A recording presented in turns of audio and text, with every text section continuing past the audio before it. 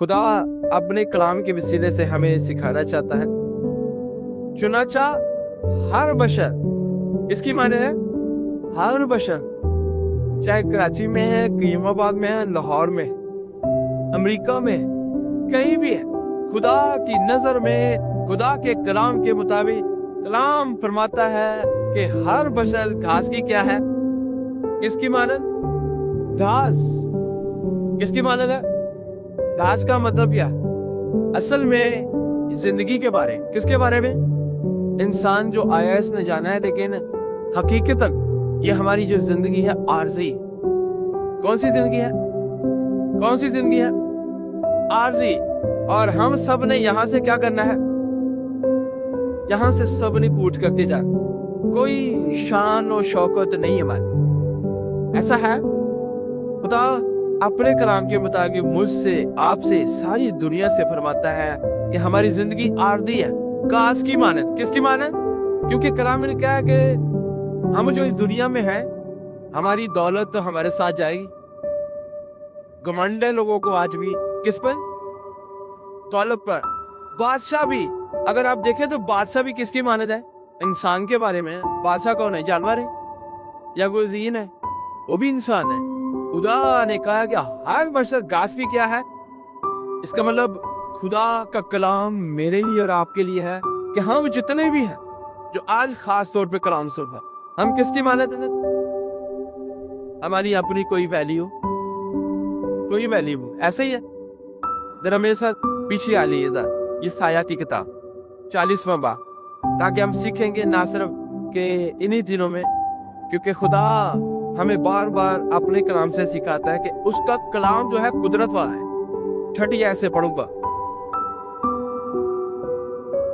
खुदा के कलाम में यूं लिखा है कि एक आवाज आई, ईसाया कहता है कि मुझे एक आवाज आई कि मुनादी कर, क्या कर, मुनादी कर, बशारत का काम दे, बता लोगों को कि खुदा क्या फरमाता है। कहता है मुझे आवाज आई कि क्या कर, मुनादी, और मैंने कहा कि क्या मुनादी करूं, मुनादी क्या करूं, कौन सी बात कहूं, क्या बताऊं। खुदा उससे फरमाता है कि फरमा लोगों को बता, मुनादी कर। आज भी मुनादी की बड़ी जरूरत है, आज तो बहुत ज्यादा, मेरे ख्याल उस वक्त से पहले अभी ज्यादा जरूरत है, लेकिन खुदा का कलाम अबदी कलाम, हालेलुया।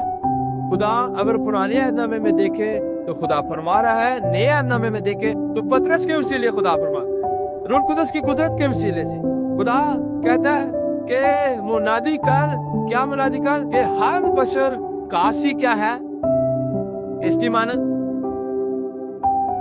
अमीर हो, गरीब हो, मिडिल क्लास या उससे भी गरीब हो, कैसा शख्स है, सब घास की मां है। गाड़ियां हो, बंगले हो, जाते रहे, जब इंसान ही नहीं रहेगा तो क्या ये चीजें हमारे काम आने वाली है। आमीन। सूरज निकलते, सूरज निकलने का मुराद क्या है, घास क्यों सो भी जाती है जब उसके ऊपर क्या पड़ती है, धूप पड़ती है। रूहानी तौर पर इस धूप का मतलब है कि जब मुसीबत, परेशानी, तकलीफ, तंगी आती है तो इंसान हार मान, फिर परेशान हो, फिर रोकता है।